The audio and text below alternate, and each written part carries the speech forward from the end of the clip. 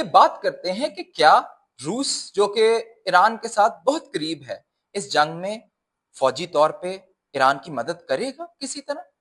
इस सवाल पे कुछ बात करते हैं। मेरे हिसाब से मुश्किल है इसके बारे में, क्योंकि रूस अपने आप को एक न्यूट्रल मीडिएटर के तौर पे पोजीशन कर रहा है इस जंग में। वो इसराइली स्ट्राइक्स को भी अपोज कर रहा है और यूएस इंटरवेंशन को भी अपोज कर रहा है। लेकिन इसके साथ हमें याद रखना चाहिए कि इसराइल और रूस के बहुत करीबी ताल्लुकात हैं। ये भी हमें याद रखना चाहिए कि बहुत से इसराइली शहरी, सबसे ज्यादा दुनिया के अंदर किसी मुल्क के अगर शहरी इसराइली भी हैं और उस मुल्क के भी शहरी हैं, वो हैं रूस के। तो रूस अपनी उस रिलेशनशिप को भी मद्देनजर रख रहा है। वो अपना चाहता है कि वो अपनी स्ट्रेटेजिक पार्टनरशिप जो कि उन्हें ईरान के साथ साइन किए, जिसको रूस के एक एनालिस्ट ने कहा है कि कोई मिलिट्री डिमेंशन नहीं है, सिर्फ इकोनॉमिक और पॉलिटिकल डिमेंशन है, वो उसे भी प्रोटेक्ट करना चाहते हैं। लेकिन वो किसी भी मिलिट्री एंटेंगलमेंट में शामिल नहीं हो सकेंगे इस वक्त तक, क्योंकि वो इस टाइप अपनी एक जंग यूक्रेन में, उस यूक्रेन की जंग में मसरूफ है या फंसे हुए हैं। अब डिप्लोमेटिक इन्फ्लुएंस मिडिल ईस्ट में जो है वो अपना और एक्सपैंड करना चाहेंगे इस क्राइसिस के जरिए। अब हमें एक अहम बात जो इसमें हमें समझने की जरूरत है, वो ये है कि रूस ईरान ने रूस की बहुत मदद की यूक्रेन की जंग में। अपना एडवांस ड्रोन, उनके डिजाइन उन्हें भेजे, फैक्ट्री सेटअप करने दी ताकि सस्ते पर एडवांस ड्रोन रूस बना सके और उन्हें यूक्रेन की जंग में इस्तेमाल करे जब उनको हथियारों की शॉर्टेज थी। और ईरान ने इसलिए किया ताकि उन्हें लेटेस्ट जहाज, जो कि उनके पास एयरफ्रेस उनकी 1960 के अमेरिकी जहाजों पर चलती है, तो वो इसराइल से हवा में मुकाबला कर ही नहीं सकते थे। जो कहते हैं कि इसराइल ने पूरी फजा पे कंट्रोल ले लिया, वो तो लेना ही लेना था। उनका कभी कंट्रोल था ही नहीं अपनी फजा पे, क्योंकि ना उनके पास एयर डिफेंस थे उस लेवल के, और ना उनके पास एयरफोर्स थी। 1960 के जहाज 2020 के जहाजों से कम्पीट नहीं कर सकते। तो ये बात बड़ी क्लियर थी। इतनी मदद के बावजूद हम नहीं समझ नजर आ रहा कि रूस किसी भी तौर पे ईरान की डायरेक्ट फौजी तौर पे मदद करेगा। ना हथियार देने की तैयार है, ना अपनी फौज के जरिए इसराइल को रोकने के लिए तैयार है। उसकी क्या वजूहात है? रूस की क्या पोजीशन है इस जंग के बीच में? रूस एस्केलेशन और मजीद फौजी कार्रवाइयों को अब चाइना की तरफ पोस्ट करता है, लेकिन वो डिप्लोमेसी चाहता है कि डिप्लोमेसी से सारे मसले हल हो। रशिया ने इसराइली हमलों को ईरान की न्यूक्लियर फैसिलिटीज पे अनप्रोवोक्ड और अनएक्सेप्टेबल, यानी हम, ये एक एग्रेसिव एक्ट था जिसको हम नहीं एक्सेप्ट कर सके किसी सूरत में। और ये कहा है कि ये मिडिल ईस्ट को डिस्टेबलाइज कर सकता है। जून 18 को रशिया का ये बयान आया रॉयटर्स के मुताबिक। उनने मजीद एडवोकेसी भी की है। क्रेमलिन कह रहा है कि हमने हर एक्टर को अपने आप को कंट्रोल करने का तजवीज दी है, ईरान और इसराइल दोनों को, और कहा है कि पॉलिटिकल हल इसके लिए जरूरी है, ना कि जंगी हल। ये एसोसिएटेड प्रेस ने रिपोर्ट किया है। और प्रेसिडेंट पुतिन ने कहा है कि रशिया एक अग्रीमेंट और मीडिएशन करने को तैयार है जो कि ईरान की सॉवरेंटी और इसराइल की सिक्योरिटी दोनों को प्रोटेक्ट करेगा। इसके अलावा रशिया अपने रिलेशनशिप्स खत्ते के अंदर बैलेंस करना चाहता है। जिस तरह मैंने कहा, इसराइल से भी उनके ताल्लुकात हैं, उनके शहरी काफी इसराइल के भी शहरी हैं। तो ईरान के साथ स्ट्रेटेजिक टाइज को रशिया, जो कि जनवरी 2025 में साइन हुए, उसे सिर्फ कहते हैं कि टेक्नोलॉजी और पॉलिटिकल और इकोनॉमिक टाइज हैं। लेकिन म्यूचुअल डिफेंस एग्रीमेंट्स को एक्सक्लूड उसमें से स्पेसिफिकली करता है कि हमारा कोई म्यूचुअल डिफेंस एग्रीमेंट नहीं है। 15 जनवरी को 2025 को जो एग्रीमेंट साइन हुआ। अब मिलिट्री टेक्निकल कॉपरेशन जो ईरान को रशिया ने उस एग्रीमेंट में ऑफर की थी, उसमें रडार्स, एयर डिफेंस सिस्टम्स और ड्रोन्स हैं, लेकिन ऑफेंसिव वेपनरी नहीं रशिया ने दी, वो भी इसराइल से अपने रिलेशंस को मद्देनजर रखते हुए। वो अपना डायलॉग इसराइल से मेंटेन रखना चाहता है। डीकन्फ्लिक्शन कोऑर्डिनेशन वो इसराइल से मेंटेन करता है, specially in Syria, to prevent any further clashes involving Russian troops जो अभी सीरिया में है, चंद जो बचे हुए हैं। अकॉर्डिंग टू अल मॉनिटर अप्रैल 2025 ये रिपोर्ट किया गया हमें। और वो स्ट्रेटेजिक बैलेंसिंग एक्ट खत्ते में मेंटेन करना चाहते हैं। रशिया केओस में से बेनिफिट करता है और वो चाहता है कि वेस्ट डिस्ट्रैक्ट हो ऐसी कोई जंग में और ऑयल प्राइसेस राइज हो। लेकिन क्योंकि ऑयल प्राइसेस राइज होने में उनको भी फायदा है, वो भी ऑयल प्रोड्यूस करते हैं, लेकिन वो किसी भी जंग का हिस्सा नहीं बनना चाहता और इस जंग का आउट ऑफ कंट्रोल होना भी रशिया नहीं चाहता कि हो। तो इस सारे को मद्देनजर रखते हुए कि रशिया का क्या जवाब होगा अगर यूएस इंटरवीन करता है।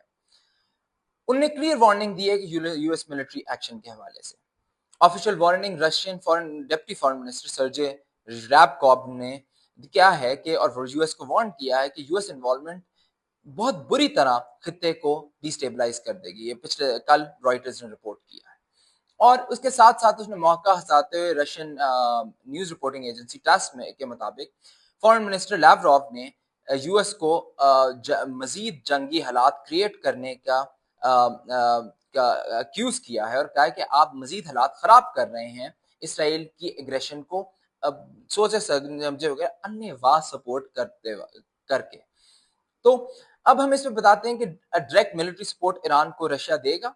नहीं, ये मुमकिन नहीं है, क्योंकि रशिया ने बड़े क्लियर टर्म्स में कह दिया हमारा कोई डिफेंसिव पैक्ट नहीं है ईरान के साथ और इसमें कोई मिलिट्री इंटरवेंशन ऑब्लिगेशन इंक्लूड नहीं होती। अगर हम इसको पढ़ें रॉयटर्स के मुताबिक जो एग्रीमेंट हुआ है 2025 जनवरी को, और वो मजीद एस्केलेशन वेस्ट के साथ अवॉइड करना चाहता है क्योंकि वो मिलिटरीली यूएस के साथ और नेटो के साथ इंगेज नहीं करना चाहता जब ऑलरेडी उनकी टेंशन उनके साथ हाई हैं यूक्रेन के कॉन्फ्लिक्ट की वजह से। तो अब मजीद बात करें कि एस्केलेशन थ्रू किस तरह रशिया डिप्लोमेसी और प्रॉक्सी मीन्स के थ्रू काम कर सकता है। अनलाइक चाइना जो सिर्फ डिप्लोमेटिकली काम कर रहा है, रशिया डिप्लोमेटिकली भी काम करना चाहता है और अपनी प्रॉक्सीज को भी यूज करना चाहता है। रशिया ने कहा है कि हम यूएस इंटरवेंशन को सिक्योरिटी काउंसिल में चैलेंज करेंगे, किसी भी मुल्क की सॉवरेनिटी वायलेट करने का यूएस और इसराइल के पास कोई राइट नहीं है। ठीक है, ये यूएन न्यूज ने रिपोर्ट किया रिसेंटली। और हम प्रॉक्सी सपोर्ट की बात करें तो हमें नजर आते वॉर ऑन द रॉक्स एक ओपन इंटेलिजेंस की साइट है, उसने ये बात की है कि Moscow cyber intelligence cooperation Iran के साथ इंटेंसिफाई करके एयर डिफेंस सिस्टम्स मजीद प्रोवाइड कर सकता है अगर ये लंबी जंग मूव की।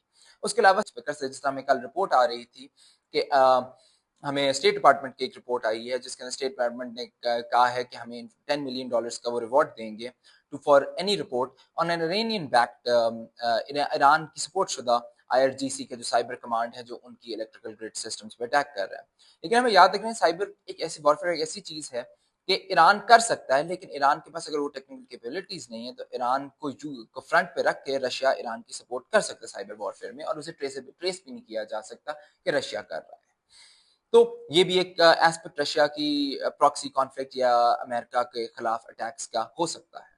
तीसरा, रशिया एक एम्बिग्युइटी यानी क्लैरिटी और क्लियर नहीं होना चाह रहा कि वो क्या करेगा इस केस में। ये भी एक फैक्टर हमें याद रखना चाहिए। रशिया हमेशा इनडायरेक्ट हर वॉरफेयर में इन्वॉल्व होना चाहिए, डायरेक्ट ज्यादातर वॉर नहीं होते। CSS centre for strategic studies ने ये बताया है अपनी रशिया फॉरेन पॉलिसी एनालिसिस में 2025 के कि वो प्रॉक्सीज को सपोर्ट करते हैं और अपने एलाइज को इनडायरेक्टली सपोर्ट करते हैं ओपनली वेस्टर्न फोर्सेस पे अटैक किए बगैर। और यहाँ पे भी हो सकता है जिसने साइबर वॉरफेयर में ईरान की मदद करना, इर्द गिर्द की प्रॉक्सीज को हथियार देना, जिसने हमने कहा कि हमारे मुल्क पे अगर यूक्रेन को अपने हथियार दिए जो हमारे मुल्क को हिट कर सकते हैं तो हमारे पास भी ऑप्शन खुली है कि हम वो हथियार दें अपने मिडल ईस्टर्न एलाइज को कि वो आपके एसेट्स यानी अमेरिकन एसेट्स को हिट कर सकें। तो ये भी एक एस्पेक्ट हो सकता है रशिया का जो इस पर क्लियर नहीं हो रहे, लेकिन क्लियर हुए बगैर वो ये चीज करना चाहे। अब हम बात करें कि क्या मोटिवेशन है या क्या रशिया का इंटरेस्ट है इस स्ट्रेटेजी के पीछे। वो अपनी रीजनल लेवरेज को लूज नहीं करना चाहते। वो इंस्टेबिलिटी, क्योंकि अगर मिडिल ईस्ट अनस्टेबल होगा तो वो वेस्टर्न पावर्स को डिस्ट्रैक्ट करेगा और एनर्जी प्राइसेस को राइज करेगा, जो मैंने पहले बात की, जो कि रशियन इकोनॉमी को बेनिफिशियल होगा। जो ब्लूमबर्ग ने रिसेंटली इस बात में एनालिसिस अपना दिया कि किस तरह अगर ये जंग होती है तो रशिया की एनर्जी प्राइसेस के इंक्रीज होने से रशिया की इकोनॉमी को क्या फायदे होंगे।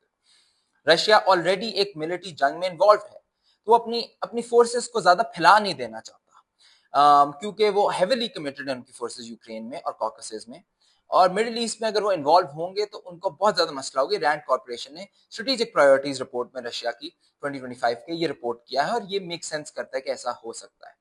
और वो अपने आप को ग्लोबल इन्फ्लुएंस के लिए प्रोजेक्ट कर रहा है इस तरह कि वो बैलेंस्ड ग्लोबल एक्टर और पीस मेकर, चाइना की तरह, वो अमेरिका की तरह इंटरवेंशनिस्ट और बायस्ड एक्टर नहीं है रीजन के अंदर। तो ये भी वो अपनी एक पर्सपेक्टिव पुश करना चाहते हैं। तो फाइनल की टेक अवे हम इससे ले सकते हैं कि रशिया ईरान और इसराइल के कॉन्फ्लिक्ट को लेवरेज कर रहा है अपना इन्फ्लुएंस एक्सपैंड करने के लिए। एट द सेम टाइम वो समझ रहा है कि मिलिट्री की फौजी अपनी फौजी कार्रवाइयां ईरान की मदद के लिए इन्वॉल्व करना उनको उनके फेवर में नहीं है।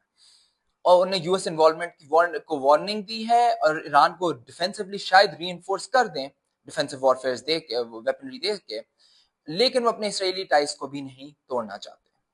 ये सारा कुछ है सिर्फ एक पर्पस के लिए कि वो अपने जियोपॉलिटिकल और इकोनॉमिक इंटरेस्ट को मेंटेन करें। याद रखें, कोई एक बड़ी खूबसूरत सेइंग है एक ग्लोबल पॉलिटिक्स की कि there no eternal friends but always eternal interest. तो रशिया के अगर इंटरेस्ट होंगे तो ईरान की मदद करेगा, नहीं इंटरेस्ट होंगे तो नहीं करेगा। इसके साथ इजाजत चाहता हूँ। लाइक एंड सब्सक्राइब करें और अपने कमेंट्स में बताएं कि क्या रशिया इन्वॉल्व होगा ईरानी जंग में या नहीं। अपने ओपिनियन से मुझे बताएं, शायद मैं गलत हूं और आप सही हो सकते हैं। इसके साथ इजाजत चाहता हूं। अल्लाह हाफिज।